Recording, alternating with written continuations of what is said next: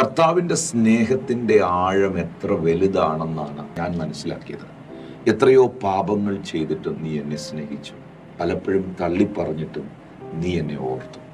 അത് ശരിക്കും പറഞ്ഞാൽ ദൈവത്തിന് മാത്രമേ, യേശുവിന് മാത്രമേ അങ്ങനെ നമ്മളെ സ്നേഹിക്കാൻ പറ്റത്തുള്ളൂ.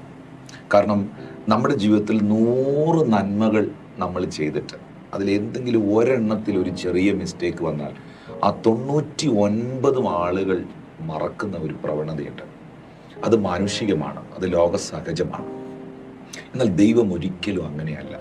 നിങ്ങളുടെ ജീവിതത്തിൽ ഒരു നന്മയെങ്കിലും നിങ്ങൾ ചെയ്തിട്ടുണ്ടെങ്കിൽ, ഒരാളെയെങ്കിലും നിങ്ങൾ സഹായിച്ചിട്ടുണ്ടെങ്കിൽ, ഒരിക്കലെങ്കിലും നിങ്ങളുടെ കണ്ണിൽ നിന്ന് ഒരു തുള്ളി കണ്ണുനീര് ഒഴുകിയിട്ടുണ്ടെങ്കിൽ, ഒരിക്കലെങ്കിലും അപ്പായോട് നിങ്ങളൊരു വിഷയം പ്രാർത്ഥിച്ചിട്ടുണ്ടെങ്കിൽ, അതോർത്തിരിക്കുന്നവനാണ് ദൈവം.